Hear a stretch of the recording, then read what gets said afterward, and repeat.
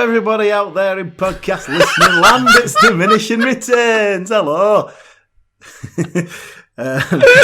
Welcome to the show. There's no logic behind that intro if you're looking for a joke. Today, we got the old gang back together. Hello, I'm Alan. Over there is Sol. Hello.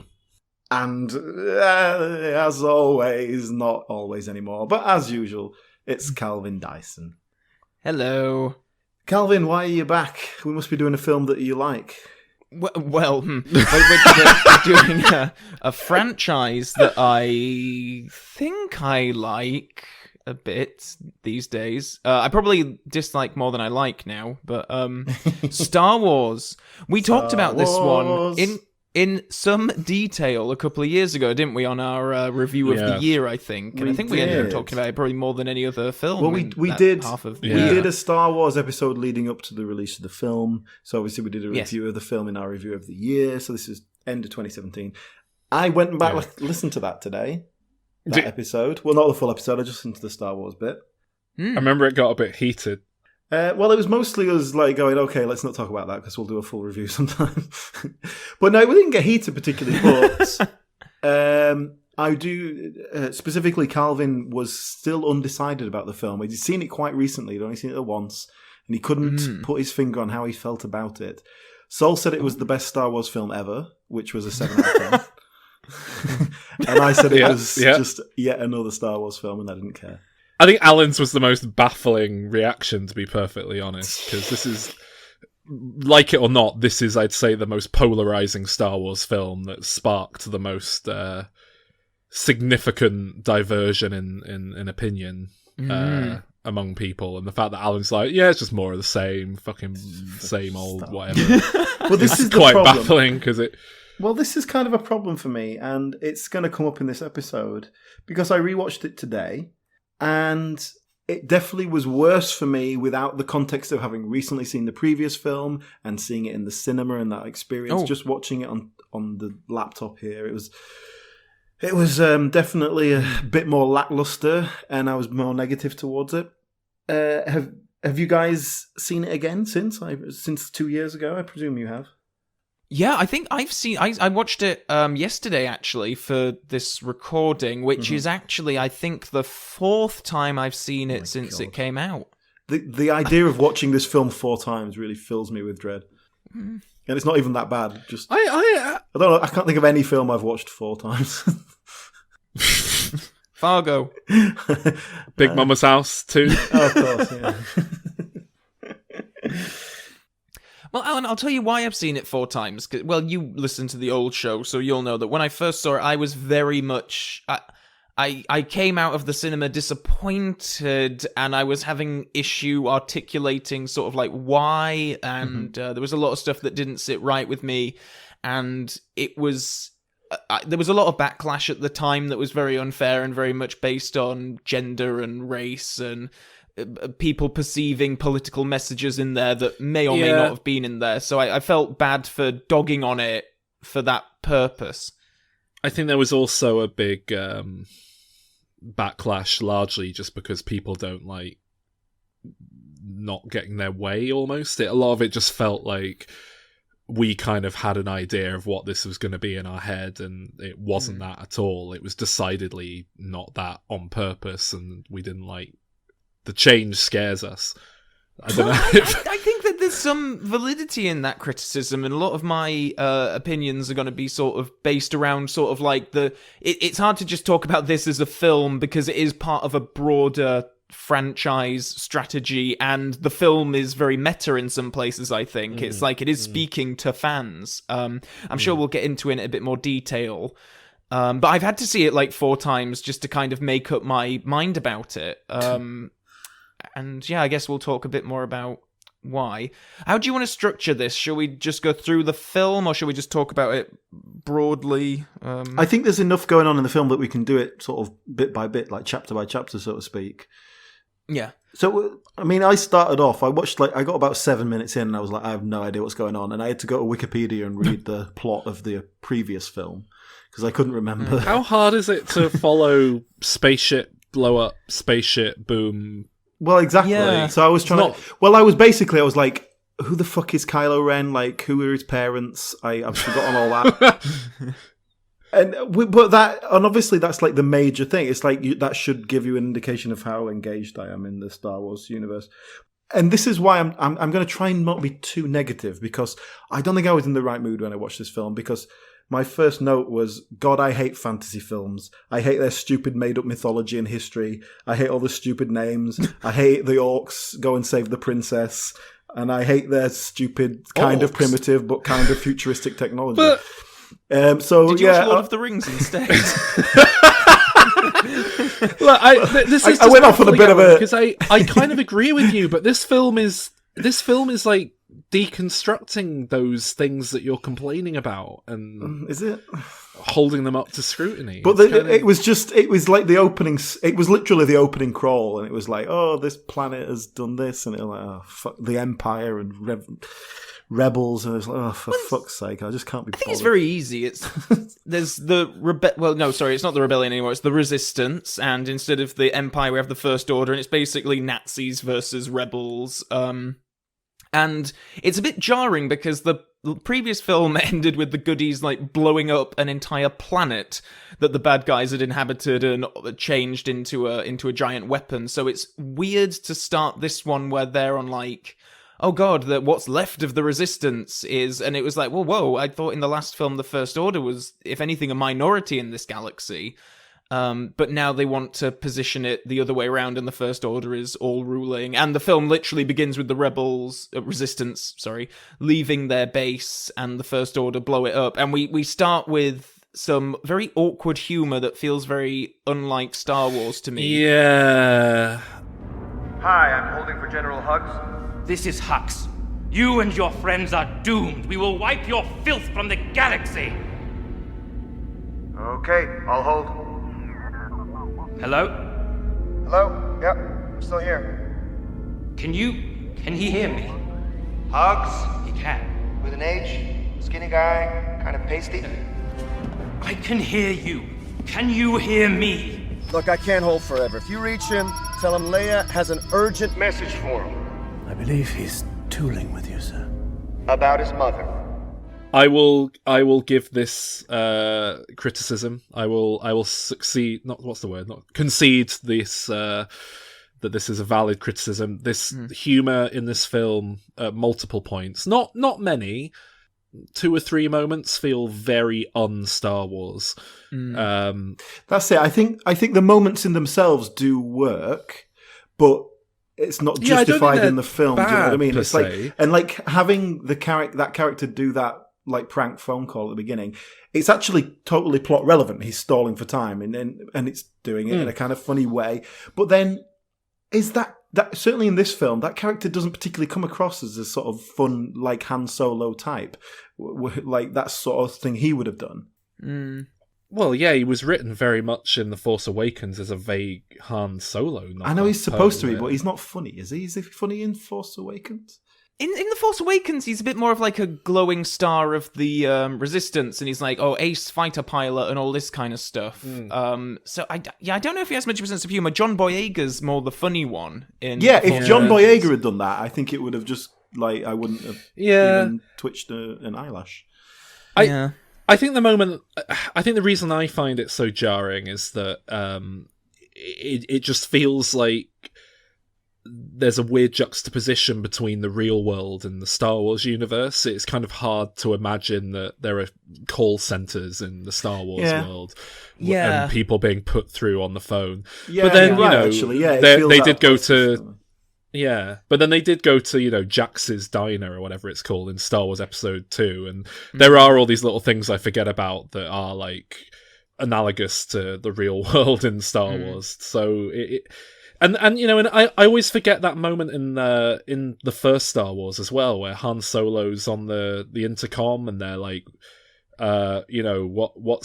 what's going on up there? And he's like, oh, nothing, how are you? And it's like, that's a really weird moment of humor that's quite comparable, but there's just something about it here that jumps out at you. And Yeah. I will say I don't like Domhnall Gleeson. I like the actor. I've seen him in other things. I hate him in this role. Well, I despised him in The Force Awakens. If you remember our episode there, I thought he was embarrassing, like one of the worst performances. I think I might have said it was the worst performance I'd ever seen in a film. I've since seen him in other things and thought, yeah, he's okay. I don't mind him at all. He's all right. So I do buy your theory that J.J. Abrams was using the worst takes for every single scene. I like him a lot more here. I feel like this film did the best inheriting a shit character. It kind of gave him purpose as a comedic punching bag, a kind of buffoon figure. I think it uses him quite well. I'm still not a huge fan of him, but I think it's a hell of a lot better than he was handled in the previous film, certainly. And I think his performance is much better here as well. It's not quite as ridiculous. It's still a bit over the top, but I think it helps with that character as well. In this one, they give him some makeup. So they give him like sort of sunken eyes and his hair's a bit greasier. Like in The Force Awakens, he's just a little bit too baby-faced. And I think the funny thing is, like, we're going to get into more of the cast. Like, I think for the large part, like, J.J. Abrams doesn't direct people very well. Like, I think like Carrie Fisher, who is serviceable in The Force Awakens, gives a very good performance in this film. I think Daisy Ridley is worse in this film than Daisy Ridley. Just now you brought it up, Daisy Ridley is terrible in this film. I can't remember how she is in The Force Awakens, but she's awful in this. It's like every line is just like, we are going to go and find the thing. You have to come and join this thing. Master Skywalker, we need you to bring the Jedi back because Kylo Ren is strong with the dark side of the Force. Without the Jedi, we won't stand a chance against him. It's like this really kind of... But it feels badly directed. It feels like no one's told her what emotion she's supposed to be feeling, and they've just handed her a script. I think she was pretty similar to that in the first one. Is she just shit? I think in the first film she had more opportunity for range. Like, we saw her by herself. She had opportunity for humour, whereas here she is just very much... She spends half the film trying to get Luke to come with her to do this thing, and then the other half trying to get Kylo to do this thing, and then it's like I'll tell you what though, when she's like having to have a bit of an emotion and or like having a moment with Kylo Ren and all that, I think that all that works. It's just whenever she speaks, it's like awful. So maybe she's just not very good at talking. Yeah, I love the interplay between her and Kylo Ren in this film. It's fine, I guess. But anyway, I love it. Let's stick to talking about the start of the film because there's an awful lot that happens here. Because the Resistance are having a big space battle with the First Order, and an important plot point comes up here that Poe Dameron does his thing, he uploads whatever he's uploading, and then Princess Leia, Carrie Fisher's back, orders him to come back, and he defies her and has all these bombers come in to take down this particular ship. They call it a dreadnought. It's one of many ships, but I guess he figures it's going to be a significant victory to take this thing out. Many people die for him to take this thing down, including one figure who becomes a bit more important later on, a character.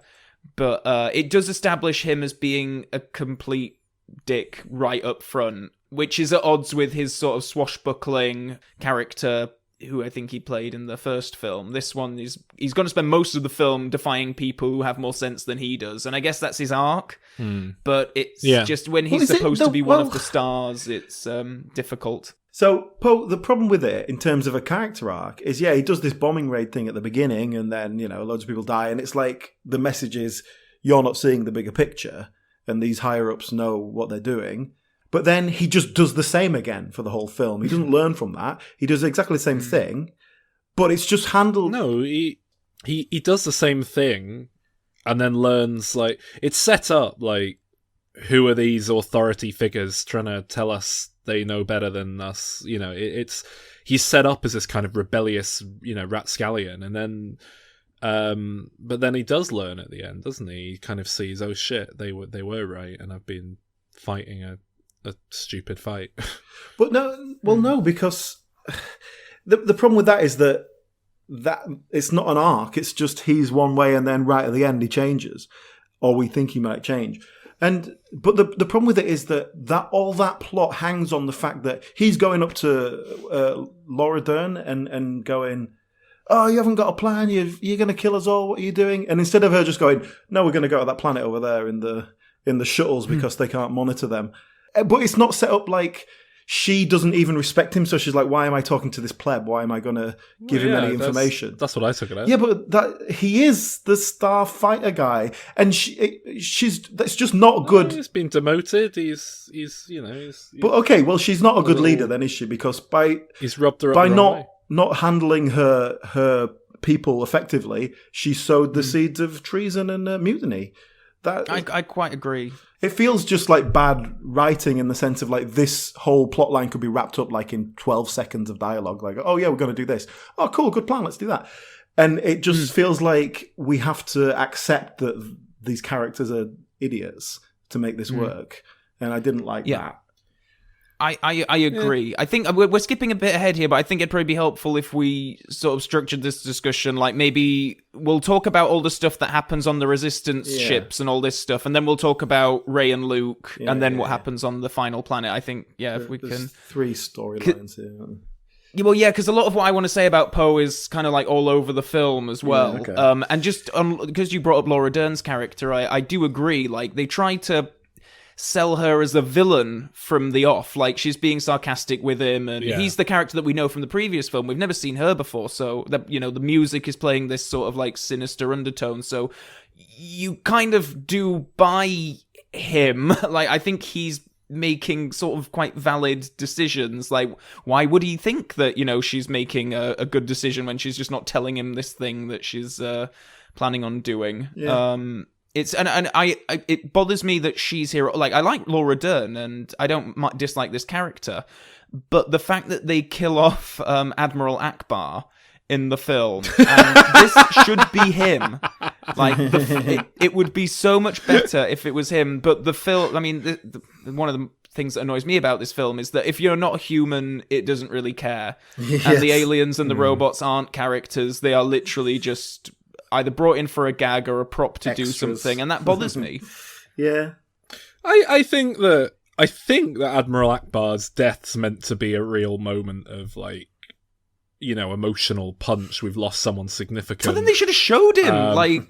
It doesn't really work for me, but I think the intention is, this is a real, this is one of your original trilogy characters, and he's gone, and it's like that. It's like that bit in Les Miserables when they're like, he is the first to fall, about some guy that you like don't give a shit about. Some guy got killed and it sparks the whole thing off. It's like, well, I don't care. There's a really sad... He's not Jean Valjean, is he? So there's a really sad interview on YouTube where they talk about the guy, I believe his name is Tim Rose, who is in the Admiral Akbar suit, and he played him in the 80s in Return of the Jedi, and then he came back for the previous film and this film, and he is a legacy character. Like whether you like him or not, he is sort of a bit of an iconic thing.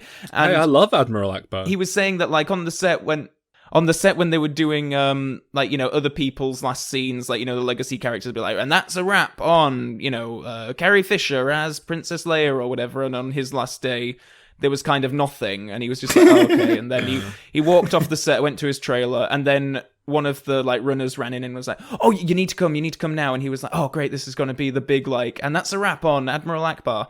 And then they got him onto the set, and they just went up to him with a camera and were like, can you say it's a wrap? And then he just said, it's a wrap. And they all like laughed and then left him. And he was like, oh, there was no and that's the end of this character. And then I think that just sums up, it's like the people behind the camera just don't care about, Chewbacca or C-3PO or R2-D2, Admiral Akbar. And these are actual characters, but they're just not interested in them. And that bothers me. Yeah, I mean, C-3PO, fair enough. I would want more attention on him, but I mean, Admiral Akbar can fuck off. Really, I don't care about it. Or Pete 3PO Rose. and R2 and Chewie mean a lot, though. And I'm surprised because those are your marked. Like, from a business perspective, they're not going to age. Like, the actors can die, and you can still get another tall bloke in Chewbacca. That's fine. You can still sell the Chewbacca rucksacks and R2-D2 mugs or whatever you need to sell. It's like the actors are not going to be, franchise, suitable. as we saw with Carrie Fisher forever. So, yeah. Anyway, I would have thought they would give them more attention. I think 3PO looks like he's going to get more attention in the next film, but I guess we'll get to that later on. Because all he really does this whole film is just sort of dither about on the Resistance ship, and he has a couple of comedy bits, and that's about it. I think there's a feeling of we don't want to just shoehorn all the old characters back in. He's knocking about, is a bit of a cameo, and he's like part of the world, that's fine. But we've already got Luke, you've already got Leia, and Chewbacca's there. Okay, he doesn't do anything. But you had Han Solo and Chewbacca in the previous film. I think it's, you want to be creating in the next generation as well. Exactly. It's not C-3PO's story, is it? Oh, no. The idea is we're ushering in these new characters and setting them up. But they're all human. I was going to say maybe we should have a better, other than BB-8, who's, a poor man's R2-D2, maybe we should have given us a good new alien to work with. Yeah. But they have, ultimately... They have that minion, as Alan would say, or Sol would say. Yeah. She pops up for a scene. Not a fan of her. Pointless bit of exposition. Yeah, I hate that. But I think that's just them saying, Maz Kanata. Look, here she is, just so because everyone will be going, where's Maz Kanata? Where's the minion gone? Yeah. Here she is, right? She's done. She's not in the film. All right, moving on. Yeah. They're just like, they're just dealing with it as quickly and efficiently as they can. And Chewbacca as well. I feel like he gets some good screen time. I love the bit when he's eating a porg and then the porg's all sad about it and he's like, oh, fuck off. Let me eat a porg. Just when we're talking about legacy characters and focusing on sort of like the Resistance ships, Carrie Fisher as Leia, how would you feel about her? She's struggling to talk. I think they missed the trick. What's that about? I think they missed a very obvious opportunity to kill her off in a way that was very organic to the story, carried a lot of emotional weight. Because ultimately what they're going to do is just going to feel messy. I think they kind of have a near-death experience in this film and then presumably die off camera between this and the next one. It's just going to feel a bit messy. No, she's back in the next one. Is she back? Peter Cushing's in it, so of course she's in it. Well, no, I know, but initially I remember they said categorically we will not be digitally recreating her, and then there was some talk of using old footage, and then someone I think said that she was dead. There's been so much back and forth on it, and I don't really follow Star Wars news very closely. So what's happening with her? Is it footage they shot that's being repurposed, or what are they doing? Yep, exactly that from both The Force Awakens and The Last Jedi, I believe. Looks gonna be messy. Okay. Yeah, but the big plan was for her to die in the next film, I believe, and there was a whole thing written around her funeral, and so I've read. It might have been bollocks. I mean, she might die at some point during the film, but she's going to be in it. She has top billing on the poster. Oh, really? Yeah, which seems fair. She never had in the first films. Well, no. Yeah, and I think the plan really was that like each one of these entries in the new trilogy was going to kind of be a swan song to the original trio of characters. You know, Han Solo, The Force Awakens really was focused on him. I'd say this is very much Luke's film, and I think the plan was that Leia was going to be a big part of the final film. But fucked it. What's that about? Yeah, it's sad. But So one of the most controversial moments in the film is that death scene, or rather the fact that it isn't a death scene, and we then see her kind of Supermaning her way through space using the Force. I don't like it, which upset people for a number of reasons. It upset me because I just don't like magic, and the Force is bullshit. It's annoying. Yeah, I mean, I think it upset a lot of the more nerdy people because, like, Leia being that Force sensitive, she's not even a Jedi. I think it makes perfect sense. She's Luke's twin sister. She's descended from Anakin. I think it makes sense. What I don't like is how it's filmed. I think, like, I'm really in the moment. And when you're seeing her, I remember the first time you see her like floating in space, it's like, oh wow, this is like a goodbye to the character sort of shot. And then when she goes flying through space and her dress is all frozen and stuff, and it's just like, oh, this does... you could have filmed it in a better way, I think. Maybe a more ambiguous way, because just have that shot, like, the camera panning around of her just flying, it's just ridiculous.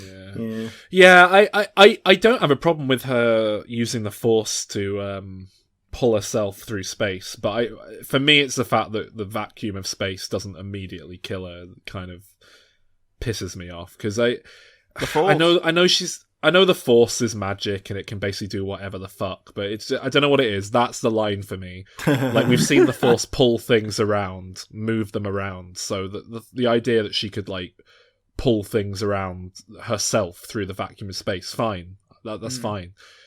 But it's a big leap to go from that to it, like, sustaining her and stopping her from dying, stopping her eyeballs from, like, freezing and shattering immediately. It's I think a human being can survive in the vacuum of space for, like, a matter of seconds, but I just don't like it. I don't like it. And I'm not a big fan of the whole story arc here as well, the idea that we just kind of put Princess Leia to one side for the film just to get her out of the way to accommodate some other storytelling instead of just utilizing her properly. But whatever. But why? Oh yeah, I was going to say, why can't Leia be the Laura Dern position? Like, why can't they just do that? Yeah. So I think that's either because they obviously want Laura Dern to have the big death at the end, which I didn't like, by the way. Oh, I've got opinions on that. We'll get to that later on. But yeah, I think you could have Leia in that she's the commander and she won't put with Poe's bullshit. In fact, it'd probably work better because she'd just be like, Poe, look, how many times do I have to tell you? I'm in charge. Just do as you're fucking told and fuck off. Which would make more sense coming from her because they've got a bit of history. The difference is that they wouldn't be able to have the fake out then with, like, oh, maybe we think Laura Dern's a baddie and then, oh no, she's actually doing good. Because I think if it was Carrie Fisher, having been in 5 of the films, we trust her character, we know her, we would assume that she's going to be doing the right thing. I agree, but I don't think I got the Laura Dern might be a baddie thing. I just got they don't get on, they're building a character so Poe can hate her. Rather than, oh, maybe she's working for the bad guys. Yeah, I always took it as, oh, I don't like this new management. Yeah, exactly. When a new boss comes in. She's a baddie. Yeah, I always took it as the sitcom episode where a new boss comes in and everyone does this, like that Harry Potter movie where they get rid of Dumbledore and like a really uptight to get Imelda Staunton teacher.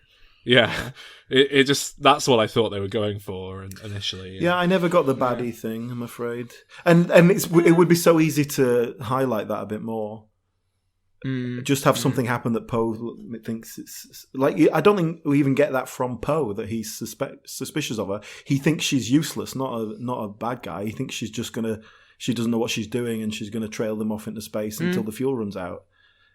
Because she just doesn't... comment on his toxic masculinity. I don't know, I didn't get... Maybe. That was a semi-joke. That's what a lot of people who rally against the politics of this film say, that it's all just to, like, oh, men don't know anything and don't they disrespect women and all this kind of stuff. Yeah. The men are completely emasculated. Luke's supposed to save the day, and even though he does, in a really cool, like, moment that's all about him, it's a woman that does it.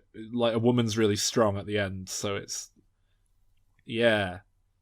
This film hates men. Rian Johnson is a misandrist. Can we talk about the thing that I hate the most in this film? The women. Well, one of them. Rose? Can you guess what it is? Rose, yes, you're right. I hate this character more than I can express in words, and I take no pleasure in that, because this poor actress gets the brunt of a bunch of horrible racist, sexist abuse just by virtue of being a woman in a Star Wars film. But seriously, this character is just, I hate her. We're introduced to her. Her sister is the character who died on the bomber earlier on, taking down the big ship Poe's request, and we're introduced to her in such an awkward way. How it was written, I think, is appalling. Just like we come across with Finn. Yeah, I think it's horrible because they're trying to play it two ways. They're trying to play it as like, oh, she's crying, she's lost her sister, this is a really sad emotional moment. But then they're also trying to set her up as this like quirky fangirl with funny moments, and it's like, oh, this is all happening in the same scene, and she's still got like tears running down her face while they're expecting us to sort of laugh and find her all quirky and adorable. And I just doesn't gel well. There should have been two separate scenes. Or maybe, just don't even have her sister be the one sacrificing herself. I know what you're saying, and I think the whole sister thing doesn't really add anything to it. It's like, you're part of the rebellion, everyone around you is dying, and you're fighting for your lives. Like, that's enough motivation. Do you know? Like, you don't need the personal... But it never goes anywhere. It's not like, oh, that's the guy who killed my sister. It's like it never even has a moment where it's like, oh, Poe was she finds out Poe led the bombing raid when he shouldn't have, and it's like, oh, you killed my sister, like something like that. Maybe bring something like that into it. The only thing that it really does is that her and her sister wear these necklaces, and later on in the film, she needs to give it to Benicio del Toro, and she thinks he's going to steal it. And I suppose that it sells her contribution to the cause that she is so willing to give up her most precious item to this crook. I didn't like that scene either, because that scene, it's like, oh my god, I have to give up this thing, and it's like, it shows how much I'm giving to the cause. It's like, it's a fucking necklace. Like, it doesn't. We're talking about saving the universe and everybody's lives. Like, it doesn't really matter that much, actually. So the fact that that's considered a big sacrifice is I just didn't like that scene. It felt unnecessary. And then Finn's like going like, "Oh, give it back, you big bully." And nothing these characters do in this entire film matters. Nothing. Yeah. And at the end of the film, when he's actually going to do something that will matter, she stops him from doing it. It pisses me off really so much. Why? That's all by design. That's the point of the film. It's a hypocritical point. I can't stand her at the end when he's really jumping ahead here, but he's going to sacrifice himself to save the rest of them, and she stops him from doing it and comes out with some bullshit about, oh, we save the things we love, we don't die for the things we hate. Well, your sister sure did that, Laura Dern did that, and if they didn't do it, you wouldn't. And in fact, if those two characters hadn't gone off, gotten Benicio del Toro, got him on the villain ship at the end, everyone else on the Resistance ship is escaping in these pods. Benicio del Toro's character tells the First Order that they're doing that so they know to start shooting at them. If they didn't take him there, they would have all just made it off and be fine. Everything they do is pointless in this film. They just cause more death. It's failure that allows their characters to grow. Otherwise they'd just be perfect the characters. Deaths of hundreds of people, but we save the things we love. Great. Well, I think the idea there is that his death wouldn't be this big, triumphant, it's saved the day. I think the idea is that it would largely... Well, yeah, but that was not the same... death. I think the idea is that Finn's death's gonna be quite pointless, isn't it? It's that it might. No, he's gonna destroy the battering ram, and then the villains won't get into the good guy base. Yeah, but she stops him, and they fire the battering ram, and they do get in. And then Luke has to come, and anyway, we'll get on to Luke later on. But in the context of the film, what he's about to do is, he's sacrificing himself, but it will work. And all through the film, people are dying all over the place. Buy him a few minutes. I mean, look, I'm not a big fan of them in general. I really like the scene where they're introduce her though. I like the mixture between she's kind of fangirling over him, but then she's like kicked into gear and like being professional when she realizes what's actually going on. I think that's actually handled well, personally. I couldn't care less about her sister and all that shit, but I struggle to bring any emotional shits to with regards to any of the characters in these films, frankly. I will say though that I don't think her character grows at all over the course of the film. She does not. Nothing changes with her. She's purely there so that she can make what's his name, Finn, feel bad about like how he's enjoying the casino planet, and she's like, look at the slaves down there. See, and all this kind of stuff. I hated that bit as well, because it just felt so just like, oh, here's a point I'm going to smash you in the face with. Like, don't... Yeah. Like, okay, yeah, look, the rich get richer, 1%, we get it.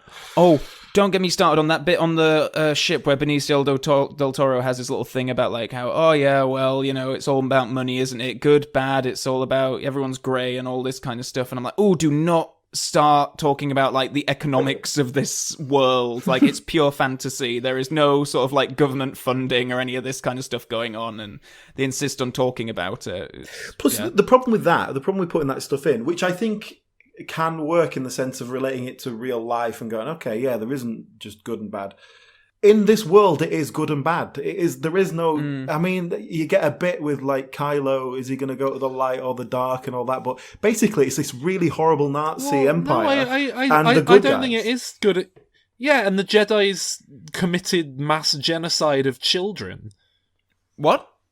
The Jedi's executed shitloads of children. No, they haven't. What, are you thinking about Anakin in Revenge of the Sith? Because by then he's turned then. It's... When what don't they go? Yeah, but he's a bad apple. It's not like Order the Jedi 66 or something. Yeah. But I mean, that's the Empire. That's the Empire doing that, and they kill. I mean, it's him killing Jedi children, and that's when he becomes a bad guy. It is like how do you express someone going from good to bad? Kill a load of kids, easy. There you go, done. That's good. All right, they're slave traders then. The Jedi love slaves. And in this film is very much about, like, I think that if you go into it and sort of try to find the greyness in the Star Wars world, fine. But the film ultimately comes down on the side of, like, oh no, you are good or bad. Like, Kylo Ren at one point does turn to Rey and he's sort of like, yep, no, not interested in this dual side thing. Let's just do our own thing. And then she rejects that. And I think that is a bad thing. I must say I'm really sad about that, because when I was watching it, I so wanted Rey to turn to the dark side. I would have been so in love with this film if they'd done that. I love the interplay between those two characters. I think there's a real chemistry. I love their scenes, not quite together, but almost together. I like what they're exploring there, and the notion that she is, like, being drawn to it, I think is quite interesting. And I really wanted to see those two teaming up and taking over the universe. I was very disappointed when it went the other way, and the notion that they might even redeem Kylo in the next one or some bullshit. I don't think they will, but... I don't know, maybe. Yeah. I don't know. But I agree. I think that is one of the better bits of the film where he kills his master, he kills Snoke, and then, the two of them have a awesome fight sequence. I love that fight scene. And you think, oh, wow, they're going to team up. And I would have liked it, actually, if they'd have become something else, like... Maybe not, First Order or Resistance, but maybe they did, like, start something new. Like, I agree. Would have preferred that. I think that'd be more interesting, but no. Yeah. Well, just to talk about those guys, if we're moving to them a little bit, it seems. One thing I really did like about Rey's story is her parentage, because obviously her parents are kind of abandoned her as a child, and it's always this thing like, well, is Luke going to be a father or something? Like, that's going to be a thing. I was like, obviously she's got the Force and all that, and it's just like, no, your parents are nobodies.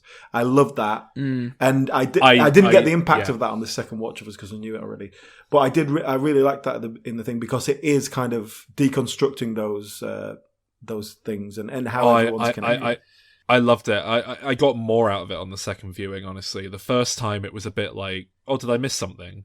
It kind of took me a second to process it on the first viewing, whereas I love it. For me, I think that's every bit as wonderful a moment as Luke finding out that he's Darth Vader's son. It's that same level of rug pull on and subverting expectations, and what it actually says, the meaning behind that is so significant. I think the deconstruction of the hero's journey, the dismissal of the notion of dynasties, and the idea that you have to come from some lineage to be someone is just thrown out the window. It's like, no, we're all as valid as anyone, and we can all make something of ourselves and do good for the world and have a impact on the world. And I loved it. I love that as a concept and a twist. And I think agree, it's a very actually. bold swing for a franchise film of this scale. And I really, really hope that J.J. Abrams doesn't undermine that by going, actually... My big problem with this film, really, I think it's a tonal thing. The Force Awakens, I like it, and I understand that it is a remake of A New Hope, and they just do all the things you've seen before and all that kind of stuff. But still, it's exciting, it's lighthearted. I like the film a lot, whereas this film is so obsessed with deconstructing everything about Star Wars and all the meta stuff about, like, you know, burn it to the ground, burn those Jedi books. You don't need them. Like, you need to destroy the past and then carry on with the future and stuff. It just feels so nihilistic and navel-gazy, I suppose. And it gives the films together, like, back to back. It's a very jarring viewing, I think. I just don't know what the overall plan is. I don't feel like there is one. I honestly, I think there is more of an overarching plan than perhaps people... Certainly at the time, I think there was this real notion that J.J. Abrams did what he did, Rian Johnson came in, did what he did, they weren't talking or anything. I've since found out, like, chunks of this film were filmed by J.J. Abrams, weren't they? I'm pretty sure bits of the Luke stuff with Rey were filmed back when they were doing The Force Awakens. Like, they obviously... I don't know, I do think maybe there was a bit more communication going on and an idea of, oh yeah, nice idea, and obviously I think what it is they approach these things very differently as filmmakers, and I think that's perhaps what...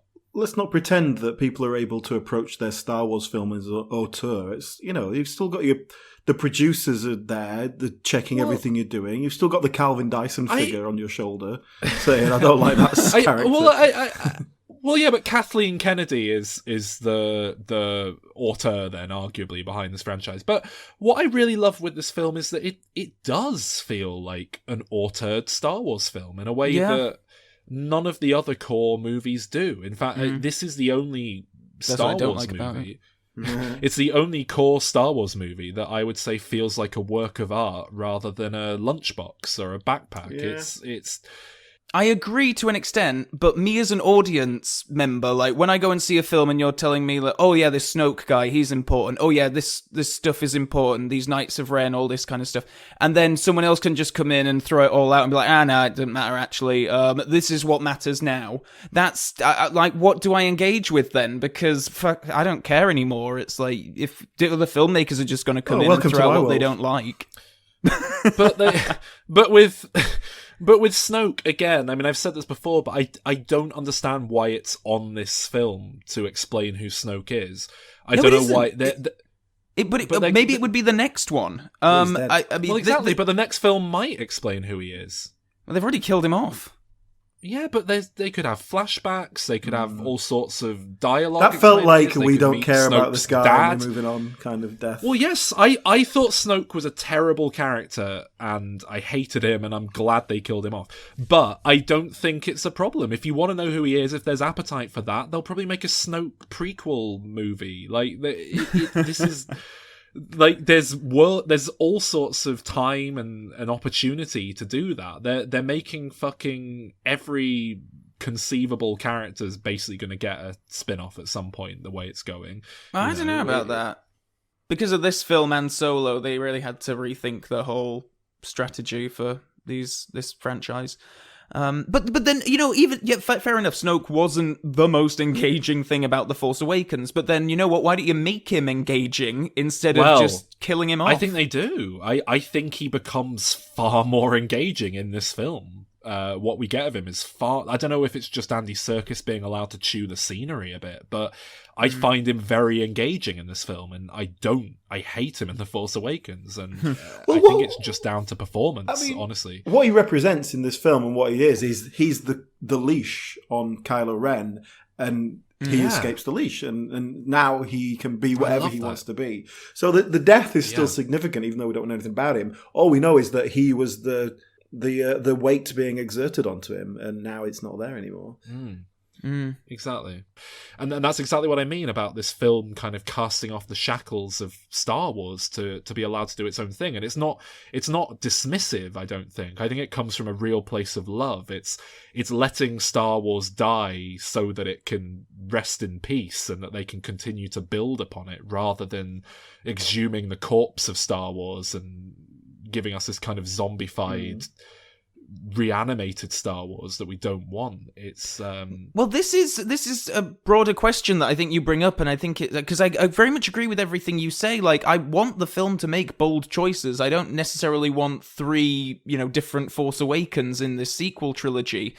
I just don't like the bold choices that they make, and it feels lazy, quite frankly, to just kill off a character rather than invest in him. But I do think your point about, like, yeah, this film is, but like, killing it. It's, we're looking at the autopsy report of the franchise, and then the plan is to build on it from there. But then it just like an existential question about the franchise is, what is it if it's not what has come before? Because I think this film really did pinpoint for me what I like about it. Is I like these 3 humans, these 2 robots, and this Wookiee going around the galaxy and having these amazing adventures. And those first 3 films are really the only thing that I genuinely love about this franchise.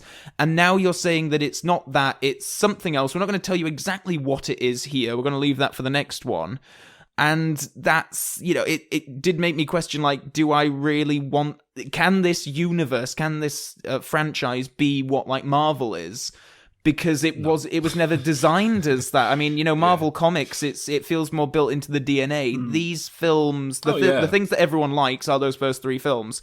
And now that we can't have those original characters in it much anymore, we just have these people that we don't like and who are just sort of rip-offs of those 3 characters. So, yeah, what's the point?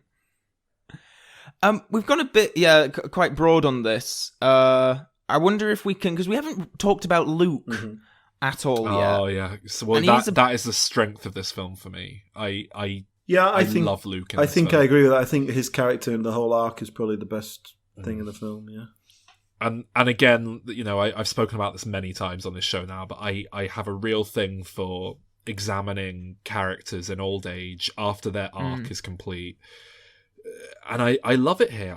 I love old Luke. I recently had to put together a list of my I think it was top 5 Star Wars characters for a for a magazine I write for. They asked you? They're getting all their writers to do their Star Wars, and I don't think they were happy with me. It was like number 1, Droopy McCool; number 2, Carrie Fisher's dog from that scene where a dog was on set.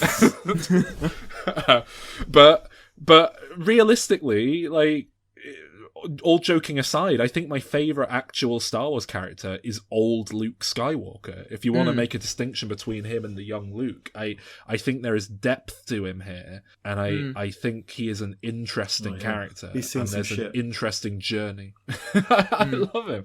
And I like Mark Hamill, and I think Mark Hamill's far more compelling and interesting with his old man voice than he is with, hey, I'm Luke Skywalker, nice to meet you.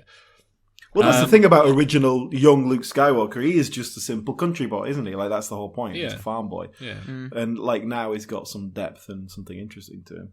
Yeah.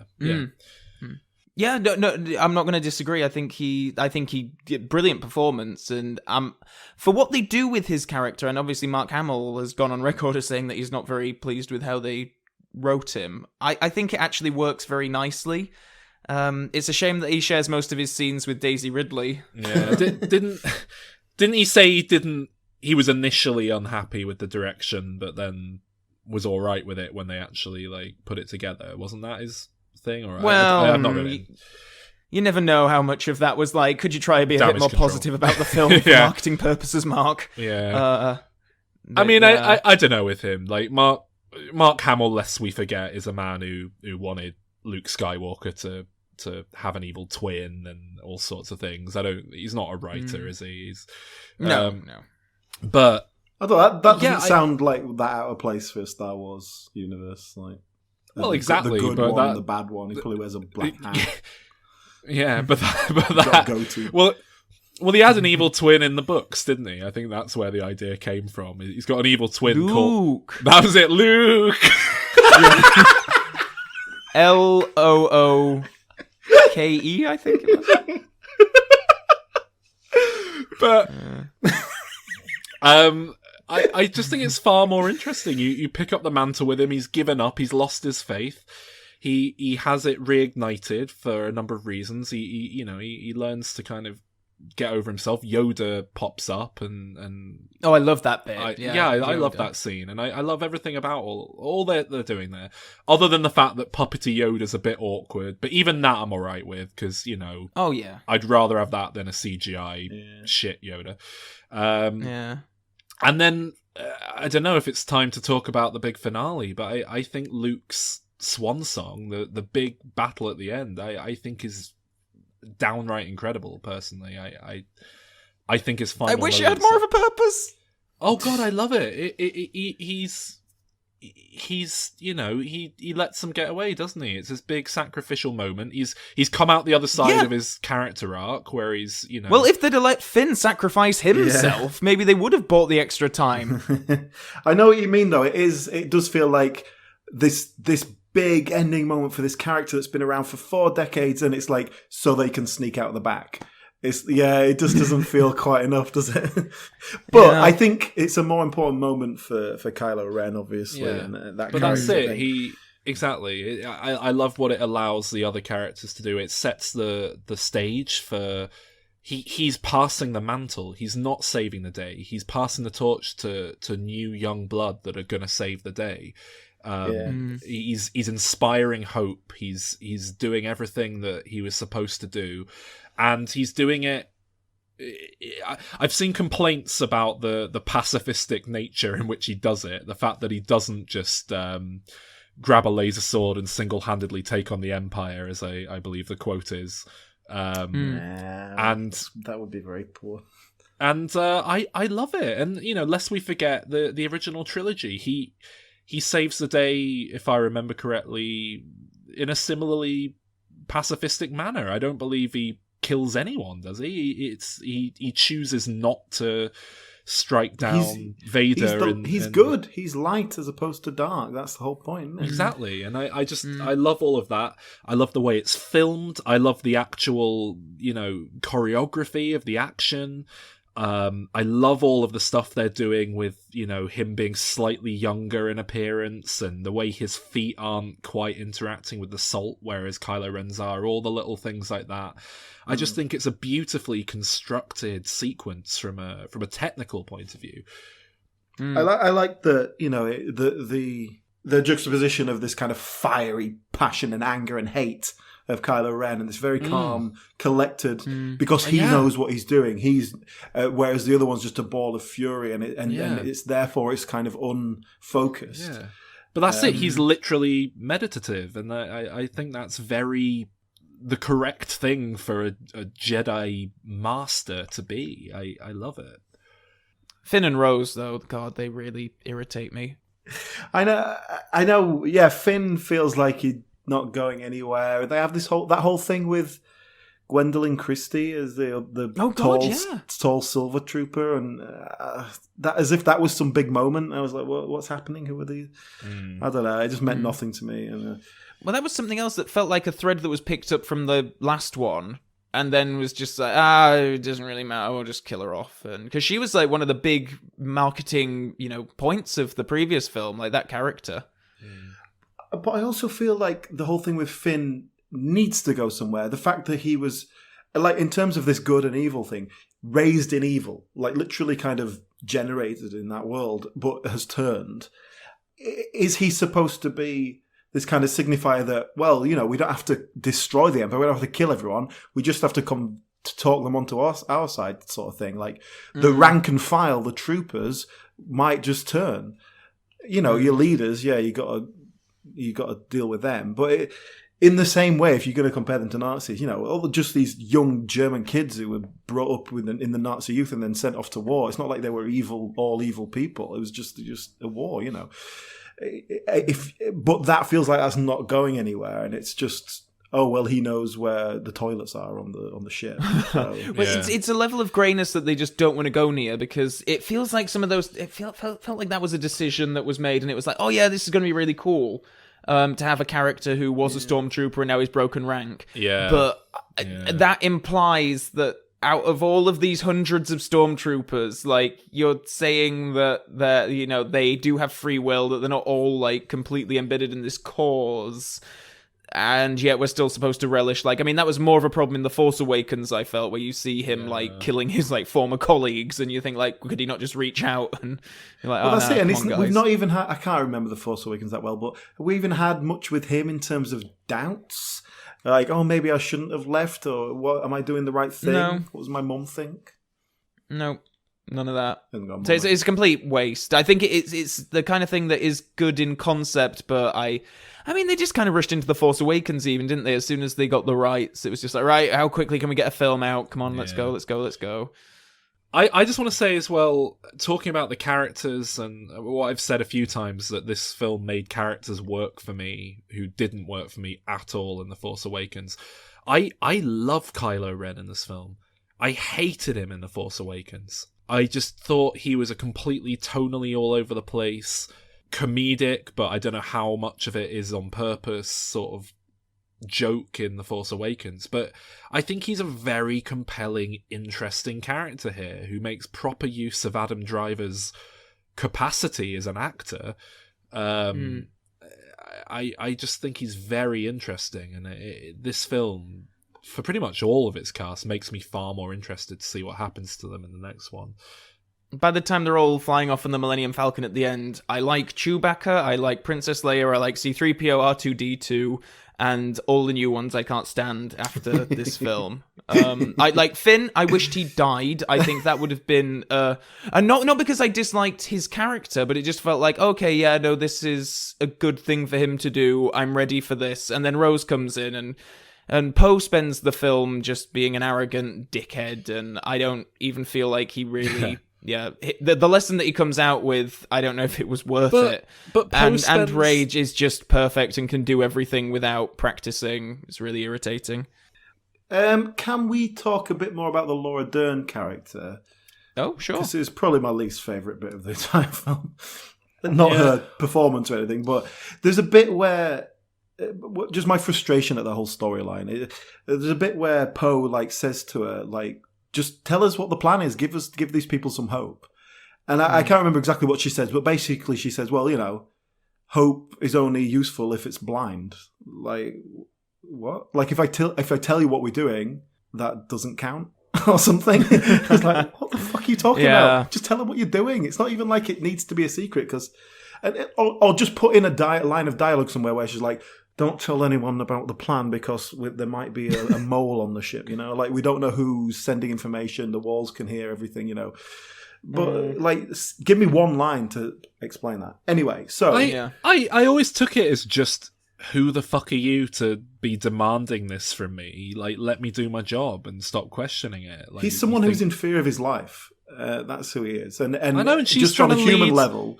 She should be able to say, "Look, don't worry, I'm on top of this." I remember when I started watching Star Trek: The Next Generation, and I was complaining about how much of a dick Captain Picard was, and you were like, "He's a fucking spaceship captain. He's telling him to fall in line," and you were really defensive of him being a dick in those earlier episodes when it was like relevant to his job. And I think it's the same thing here. It's like she's not got time for this guy who should be falling in line. But it's never expressed like that. She really specifically takes the time out to dismiss him, like, and belittle him. And he's a commander. Yeah, like, and it's like very he just led the troops into a major battle. All right, he fucked it up. But the point is that he did that. He's not just the guy who mops the floors, you know? Plus, he's the guy who has enough love from all the troops that he can command a mutiny. That's why it's important to keep him on side. Anyway, so the other thing I hate about that character is that, you know, someone has to stay on the ship.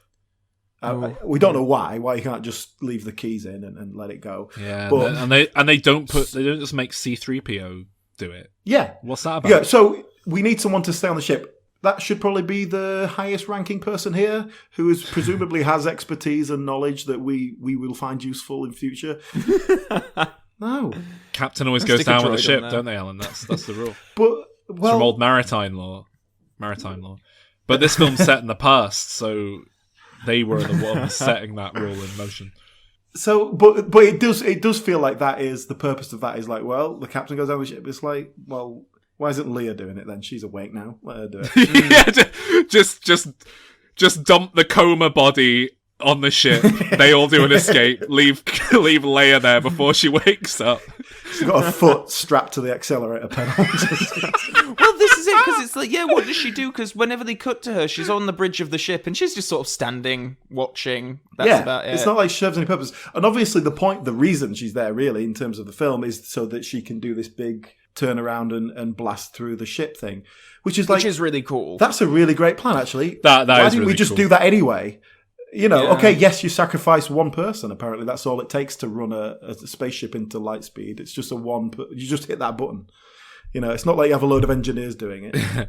When I saw this in the cinema, there's obviously that deadly silence at that moment, and a guy audibly at the back just went, "Wow!" And then everyone started laughing at him. Like, it was completely sincere, and everyone just started laughing at him. It really ruined the moment. Yeah, it really did. But yeah, you would think if the ship can do that, you'd think they'd build rockets with the same propulsion systems on them or something, so they could just shoot stuff at ships that do that, wouldn't you? Yeah. The only thing I can think of that I haven't mentioned that I really liked was in that last act bit where, you know, they're having the big fight and Luke and all that bit. I liked what they did with that red ground covered in salt, and so it was creating these red plumes and stuff. I just thought that was a really nice visual and made it a little bit different. I love it so much. I don't even mind the awkward dialogue that's like, salt. "Oh, it's salt on the floor, by the way. Oh, is it? Okay, it's not snow. All right. It doesn't matter. I won't put my really fluffy socks on then. It's fine." I thought it was just sand or something with red. It's an alien planet. I don't need to know what it is. It's all right. It is weird that they have that, because it is a guy who just like tastes it and then goes salt, and then the guy next to him sort of gives him a look, but it's not. I don't know if it's supposed to be funny or what, but they linger on it. And it's weird. Yeah, he's like, why are you tasting the ground? How do you not know this planet's made out of salt? That's like day one of training. You should know that. Why are you telling me it's salt? Of course I know it's salt, you idiot. I want to say, sort of off the back of that, I think the cinematography in this film and the art direction, just the visuals in general, are astonishing and a level beyond what we've had in previous Star Wars films. Personally, for me, I just think there's far more embracing the kind of painting a picture side of filmmaking. The other Star Wars films are like, oh, we'll make it look like it would look if it was real, whereas this is like, how can we stage something that just looks stunning on camera? And I think it's beautiful film. I love the Porgs. I love them. Oh, really? Why? They're fine. They're great. I think they're cute. I think they're funny. I think they're perfectly in keeping with Star Wars. I like that the franchise isn't ashamed to embrace the kind of silly toy things from the past. And I like that they were a practical filmmaking response to a problem as well. I love that about them. You know, are you aware of that with the puffins on the island where they were filming? No? Oh, okay. The island where they were filming, there's just loads of native puffins, and they had this problem where they were like, look, these puffins keep getting into shot. We basically can't do anything about it. So they hired someone to smash them all in the back. I think there was actually something like they weren't allowed to move them because of them being like a protected animal or something. So their response was, look, just put a CGI puffin over the top of it. It's fine. And I think that's a really nice way of dealing with that problem. It's nice. Just on the interest of that, is Rian Johnson like an animal rights guy? Because there's a definite kind of like, don't eat the animals, they're too cute thing with Chewbacca. And then the whole like horse racing, this is cruel thing as well. It seemed like That was weird, a very overt kind of like, hey, I love the animals kind of thing. Is that just the director's influence or what? That's just liberal Hollywood these days. Everyone's vegan. Is it? Is that why they all eat quinoa at the end? Well, that's why Luke drinks blue milk straight from that thing's teat. But that's he does when not. he's still. He does that's not when drink it he's straight from the teat. And believe me, it would have been better if he did. but that's him at his low point, isn't it? And then at the end, when he goes good, he's helping those diamond foxes escape because he's become one with the animals, one with nature. The Force is, of course, the relationship of all energies shared from all beings in the universe. And I don't know. I just took the Chewie eating a porg, Chewie chewing on a porg. I thought was just a really funny joke because it was just like, yeah, they eat them. Shall we wrap up? Give our ratings. Yeah, I guess so. Well, on our previous little review, I gave it a 6 out of 10. And I was definitely working towards going lower than that, if anything. Like, I was thinking, like, okay, I'll give it a 6. That sounds fair. Then that whole thing with Rose and Finn happened, like, where she stops him from going to the cannon, and that was really the turning point for me. I was like, fuck it. Did you just quickly though? You gave The Force Awakens an 8, right? From what I remember, I gave it a or was 7. A 7. Okay. Yeah. So if you lower this down, that's fine, but it is incredibly hypocritical with everything you say about cinema. In the 180 plus episodes of this podcast. I can't remember anything about The Force Awakens, so I can't really justify what I said about that. But yeah, I decided to keep it as a 6. Okay. On the basis that, that was my original response. Seeing it in the cinema, I'd just seen the previous film. The context was a lot clearer for me. And, ultimately, I think it delivers on what it's trying to do. It's just not really my sort of thing. So I don't want to just chew harshly. So anyway, I've decided to stick with the 6. So that's where I'm going.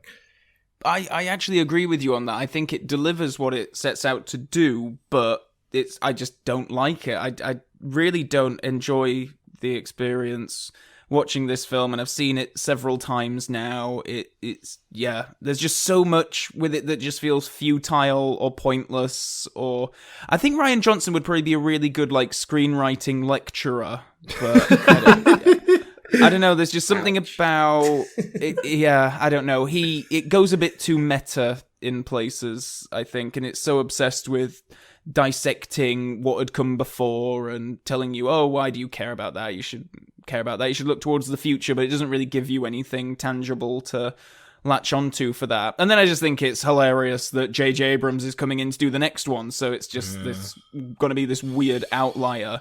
Yeah. Last time I've just looked it up, I gave it a 5 out of 10, and I'm going to go down from that to a 4. Ooh. Ouch. I think it's probably the worst Star Wars film of the main episodic saga.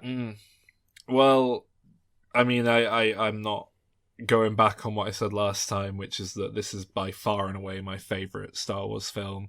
Because this is an altered Star Wars film, and it's actually, I think it's the first Star Wars movie that's actually about something, actually has subtext. It's not just a gung-ho swashbuckling adventure. It's sort of trying to say something, and that, it's flawed. It's not perfect by any stretch of the imagination, but I have such respect for the fact that they allowed this film to be made within the confines of, the Mouse House, and Lucasfilm and all that shit.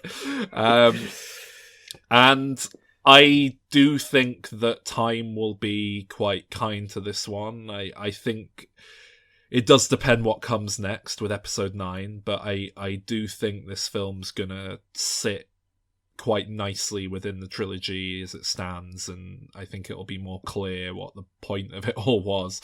I really do just want to give it credit for being as bold and brash and unapologetically so as it is. So I'm bumping my 7 out of 10 up to an 8. So I think that means we end up at the same rating we had last time. Does, but even more disagreement. Yeah. Can I ask, guys, do you think the Star Wars universe would lend itself to a TV series in the same way that, say, a Star Trek does. Or a What do you Battlestar mean? Galactica, for example. What do you mean in the same way? I was just thinking in terms of maybe like a Deep Space Nine. I don't know if you're familiar with that show, particularly Star Trek Deep Space Nine. But like it's like just one like base out in the kind of middle of nowhere. And so you got your central characters, but then someone comes in one week and this happens. There's a bigger story world of a war going on and all that sort of stuff. See, when you started talking, I thought you were intentionally referencing The Mandalorian, which just started airing like 2 weeks ago. Yeah. But I as have you no idea. carried Sorry, on, I I don't realised know. I was talking to Alan, and He's no idea what's going on in the Star Wars world. he's the cinematic Well, I think you might have been ostrich. referring to Star Wars: The Clone Wars or Star Wars Rebels, the TV shows. I don't think Star Wars would lend itself to a Star Trek-esque television series. I think it would lend itself to TV. I haven't watched The Mandalorian, but it sounds like they figured out a way to do it in a way that's appealing to the fans.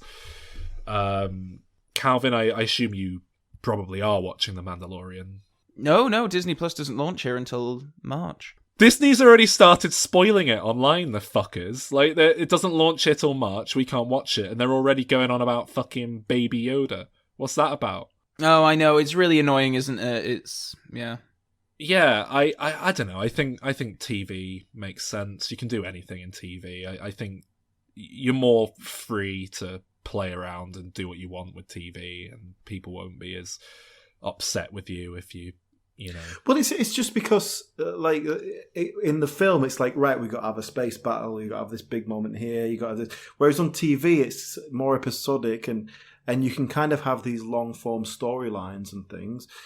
I'm thinking of Star Trek stuff specifically that I used to watch, and I think I'm thinking of Deep Space Nine basically, because that was a wide world of this war that was, and they were just sort of in the middle of it, and it was this little central hub where people had to come. I guess you're right. I always think with the rebels and the war and the like, you set it within like the resistance forces or something.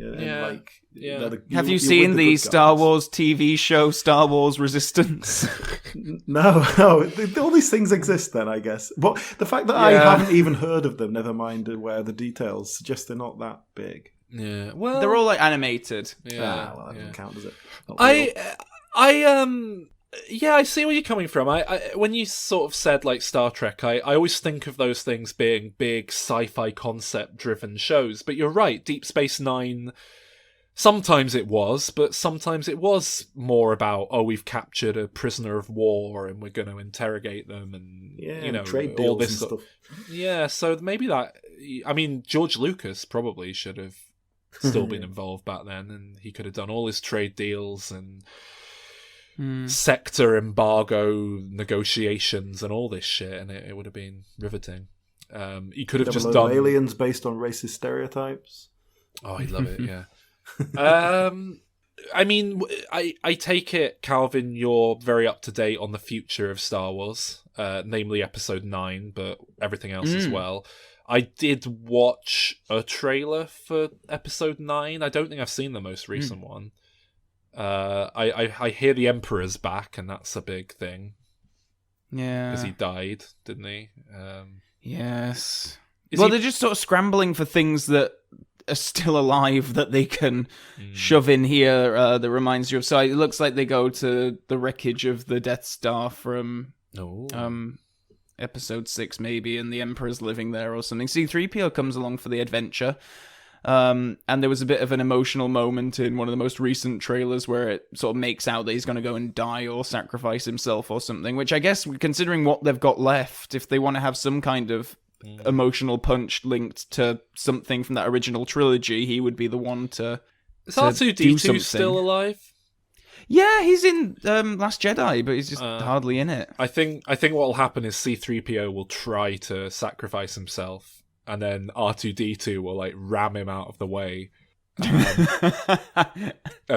beep at What him. do you mean I should die for the things I live for the things I love, or whatever? I mean, are you looking forward to it? I'm really quite indifferent, honestly. When I heard they were just bringing back J.J. Abrams, it was like, And I don't think he's going to wipe the slate clean again. I don't think he's going to undo everything, but I just don't think much of him as a filmmaker and an artist. I just don't really... I don't think I'm very interested in what he plans to do with it. And no, I don't think he's going to erase everything what Rian Johnson did. I don't know if he's the one that I want sort of tying up this whole thing. Because, I mean, whatever my faults are with Last Jedi, I was at least excited for it because Rian Johnson is an interesting director who was going to come in and do something really different, and he did. Whereas J.J. Abrams, I know, is a safe pair of hands who will probably deliver something that is okay, but not groundbreaking in any way. Yeah, and I think the middle chapter is the one where you can play about a bit. So I kind of get how they've done that. And Colin Trevorrow was, of course, going to do episode 9 at one point, and he's a similarly safe pair of hands, hired gun director, more or less. It's just a shame they couldn't, get Brad Bird or someone in like that who's also quite a safe pair of hands, but one with a bit of personality, a bit of spark. Do you have any idea, what do you think they'll do with episodes 10, 11, 12? Do you think such things will even happen? I think it's inevitable that they'll do something like that. Well, I think they're going to have to do a good degree of soul searching, to be honest. I think this, it might and that take is a what while. they're doing. Like after The Last Jedi, and particularly Solo, which only came out a few months afterwards and flopped, for lack of a better word. And the fan reception to The Last Jedi is very polarizing and quite toxic.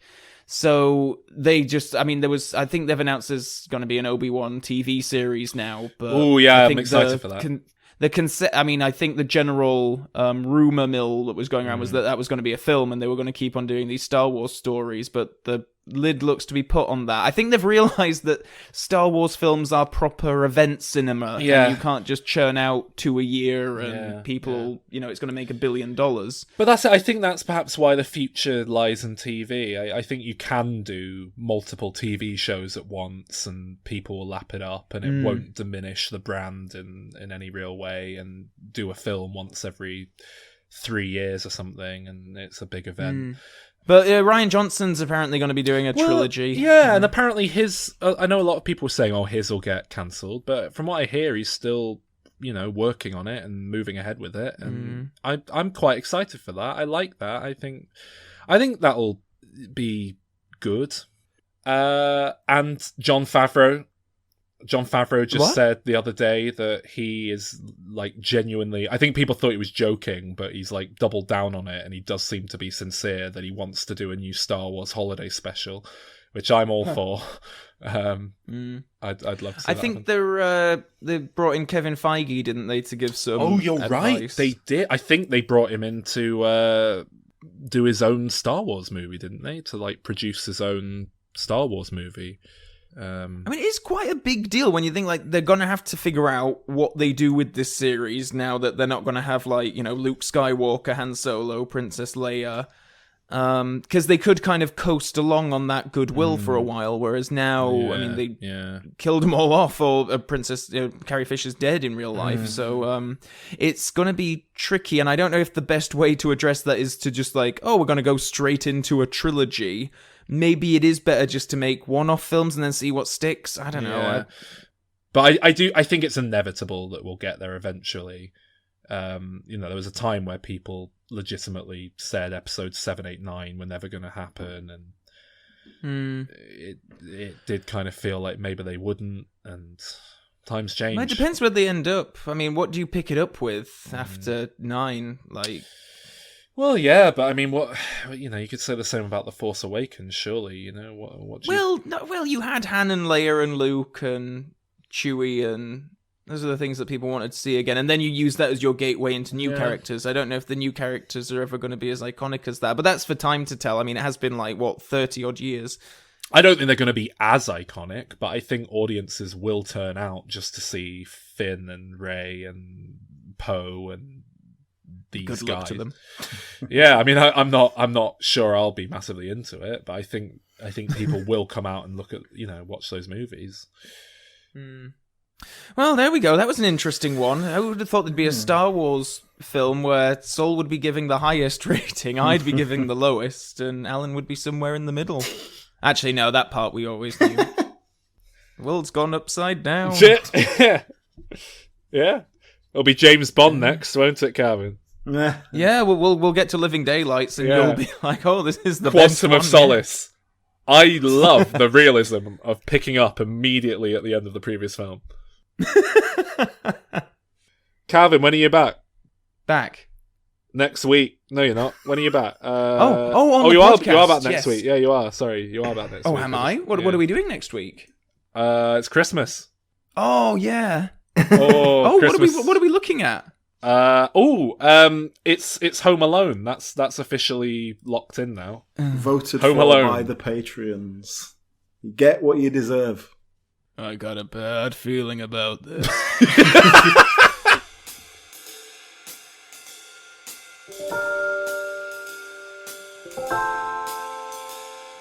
Thank you for listening, and if you've enjoyed us talking about Star Wars, then you should really check out our back catalogue because we've covered the entire saga and all the offshoots.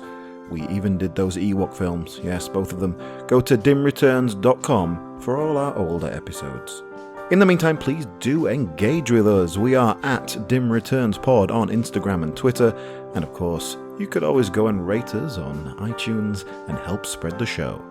Thank you very much, and we'll see you next week.